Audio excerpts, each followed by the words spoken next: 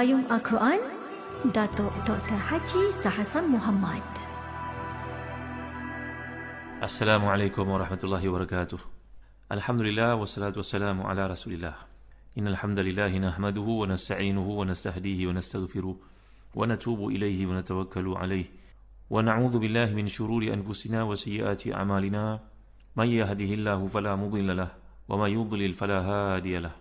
Allahumma salli wa sallim wa barik ala Muhammad wa ala ali Muhammad kama sallaita wa sallamta wa barakta ala Ibrahim wa ala ali Ibrahim fil alamin innaka Hamidum Majid. Amma ba'd. Muslim-muslimat ini mulia Allah sekalian, kita memasuki ayat ke-20 dan 21 di surah Luqman. Bagi tuan-tuan memiliki tafsir bin Katsir, tolong buka pada muka surat 284 jadi yang ke-7. A'udzu billahi minasyaitonir rajim. Alam taru anna Allah sakhkhara lakum ma fis samawati wa ma fil ard wa asbagha 'alaykum ni'amahu zahiratan wa batinah wa minan nasi man yujadilu fillahi bighairi ilmin wala hudan wala kitabin munir. Wa idza qila lahum ittabi'u ma anzala Allah qalu bal نتبع ما وجرنا عليه آباءنا أولو كان الشيطان يدعوهم إلى عذاب السعير. صدق الله العظيم. Tidakkah kamu perhatikan, sungguhnya Allah telah menundukkan untuk kepentinganmu apa yang ada di langit dan apa yang ada di bumi, dan menyempurnakan untukmu nikmatnya zahir dan juga batin. Dan di antara manusia dia membantah tentang keesaan Allah tanpa ilmu pengetahuan atau petunjuk dan tanpa kitab yang berikan penerangan. Dan apabila dikatakan kepada mereka, ikutilah apa yang diturunkan oleh Allah, mereka menjawab, tidak, tapi kami hanya mengikuti apa yang kami dapati bapa-bapa kami mengerjakannya. Dan apakah mereka akan mengikuti bapa-bapa mereka walaupun syaitan itu menyuruh mereka ke dalam seksa api yang menyala-nyala. Jadi Allah firman di sini mengingatkan kepada makhluknya, dan telah saya huraikan pada kuliah lalu sebagai ulama mengatakan ayat ni masuk ke satu bahagian baru, topik baru kepada surah Luqman, tapi masih lagi punya kaitan dengan ayat yang ke-10 dan 11 yang mana Allah menggambarkan nikmatnya hujah-hujah yang qaimah alal musyrikin, hujah-hujah yang membuktikan keesaannya, penguasaannya tidak layak untuk disamakan dengan berhala yang mereka sembah itu. Jadi kalau kita perhatikan, sini ada perkara yang menarik dari sudut balaghahnya. Bila Allah menyebut perkataan zahiratan wa batinah, ini merupakan satu bentuk tibaq. Tibaq ni berarti di antara sebutan dua perkara yang berkaitan walaupun berbeza, tapi kesalingan yang ada di antara dua pilihan perkataan oleh Allah ni, zahiratan wa batinah. Kemudian awalau kana syaitanu yad'uhum ila azabis sa'ir.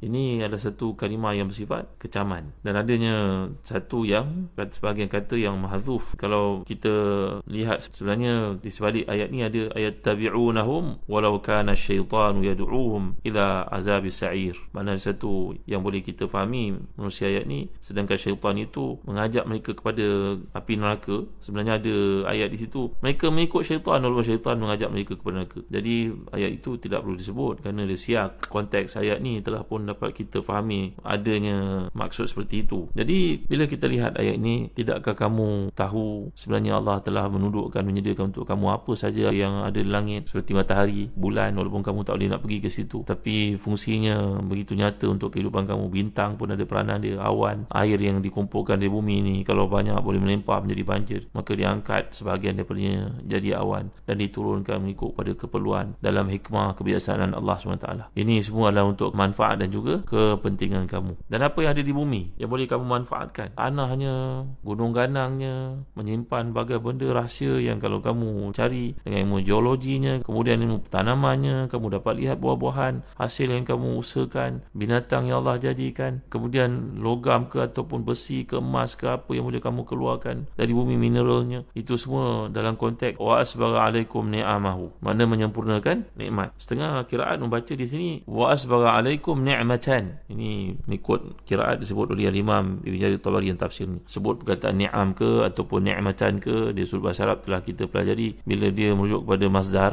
maka satu ataupun jamak maknanya adalah sama. Seperti juga kita dapat lihat contohnya surah Ibrahim ayat ke-34, wa in ta'udu ni'matallahi la tuhsuha. Di situ gunakan perkataan mufrad, sebut mufrad ke sebut jamak ke, dia tetap membawa kepada makna nikmat yang Allah berikan. Itu kalau kita lihat apa saja dalam pendekatan Quran, bahawa ni'matan walau kanat ni'mah la kanat ni'matan duna ni'matin atau ni'matin, apa saja dalam bentuk mufradnya ataupun jamaknya, dialah mengarah kepada makna sebutan anugerah kurniaan Allah SWT.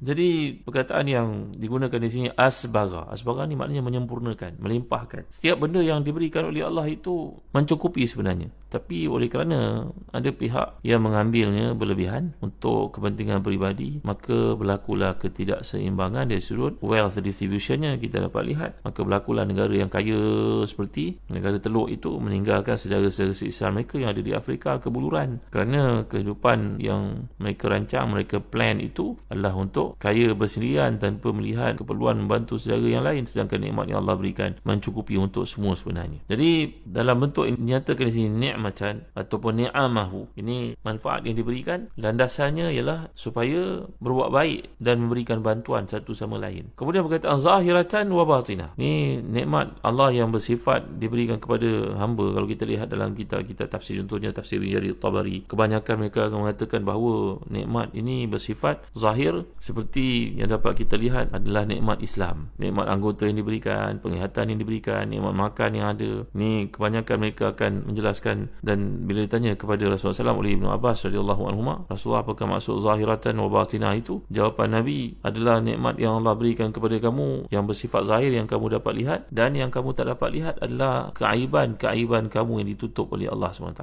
Ada banyaklah tafsiran untuk perkara ini kalau kita lihat dalam kitab tafsir Ibn Jarir sendiri, kemudian dalam tafsir An-Nasafi menjelaskan bagaimana perkataan zahirah dan juga batinah ini. Contohnya perkataan zahirah ini menunjukkan basar, sama, lisan, sa'ir al-jawari al-zahirah, penglihatan, pendengaran, lisan ni, tuturan ni, anggota badan. Kemudian perkara yang batinah yang kamu tak nampak ni, antaranya al-qalb, hati, al-aql, akal fikiran kamu tak nampak, al-faham, ini kefahaman yang Allah berikan untuk manusia. Satu hari disebut oleh Imam An-Nasafi dan tafsirnya, yurwa fi du'ai Musa, dan Musa AS berdoa kepada Allah Ta'ala, ilahi, tunjukkan kepadaku apakah nikmat yang tersembunyi yang kau berikan kepada hamba-hambamu. Maka jawapan Allah kepada kalimnya ini, Musa kalimullah, akhfa ni'mati alaihim an-nafas, nikmat yang paling tersembunyi yang aku berikan kepada hambaku adalah nafas. Nafas kamu, kehidupan kamu ni berpandu kepada apa? Kepada degupan jantung. Nafas yang kamu sedut udara masuk dan keluar ke dalam paru-paru kamu. Ada juga yang mengatakan bahawa maksud pemberian nikmat bersifat zahir dan juga batin ini antaranya takhfif asy-syara'i wa tadhif az-zara'i wal khalq wal khulq wa nailul ataya wa sarful balaya wa qabul khalq wa ridha rabb. Banyaklah antara nikmat yang diberikan disebut Imam Nasafi, antaranya keringanan dari sudut syara, kemudian dari sudut kejadian, dari sudut akhlak, pemberian, dari sudut yang kamu tak nampak, iaitu bala ataupun musibah yang diselamatkan kamu daripada yang kamu tak perasan, dan penerimaan manusia kepada kamu, dan begitu juga ridha Allah SWT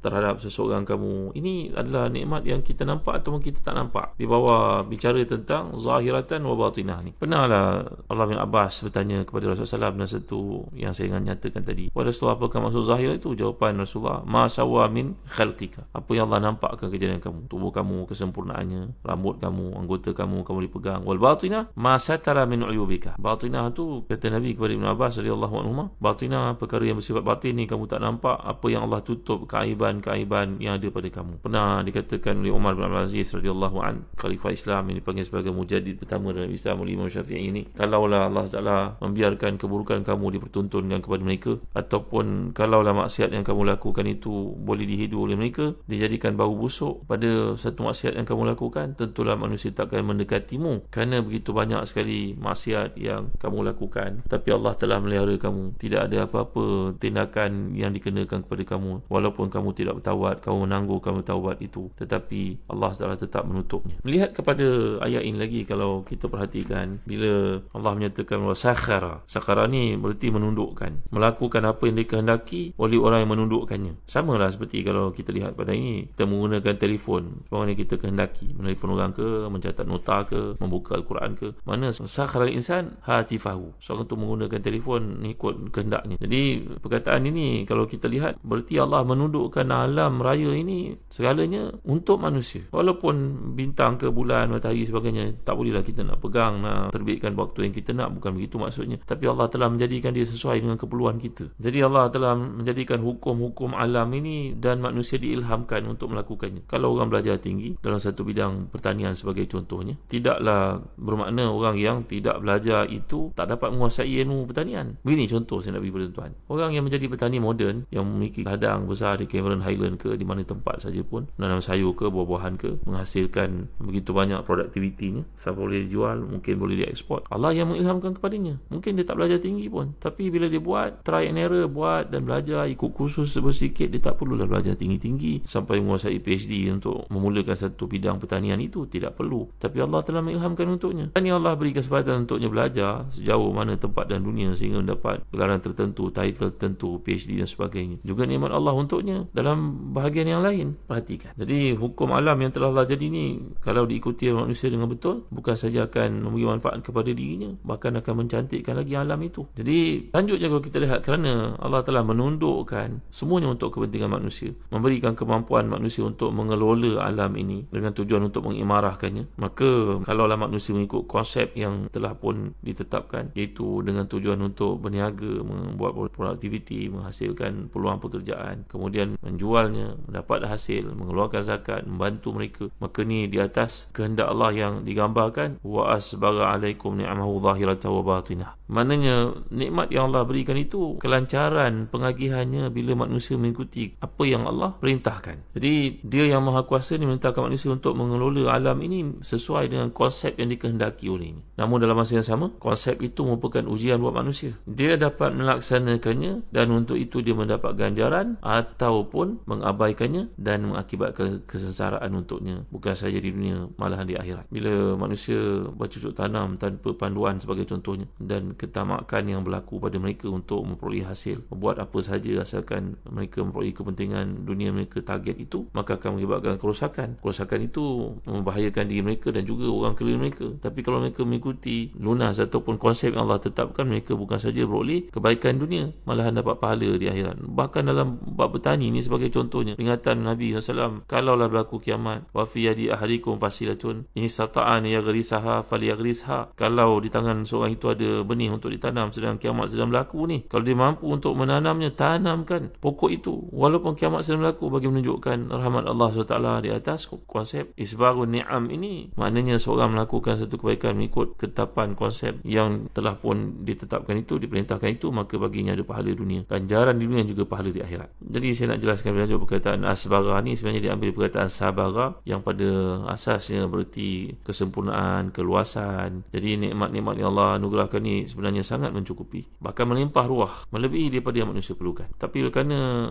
pengurusannya ataupun konsepnya tidak diikuti dengan betul, maka berlakulah ketidakstabilan dari sudut pengagihan distribution of wealth itu, yang mengakibatkan manusia sebahagiannya jadi kaya yang melampau-lampau, sebahagiannya dihimpit oleh kemiskinan ke peringkat yang sangat sukar untuk digambarkan. InsyaAllah perkara ini akan saya uraikan dan kuliah akan datang. Wallahu a'lam. Wa sallallahu ala sayyidina Muhammad wa ala alihi wa sahbihi wa baraka wa sallam. Walhamdulillahi rabbil alamin. Wa barakallahu fikum. Wassalamu alaikum warahmatullahi wabarakatuh.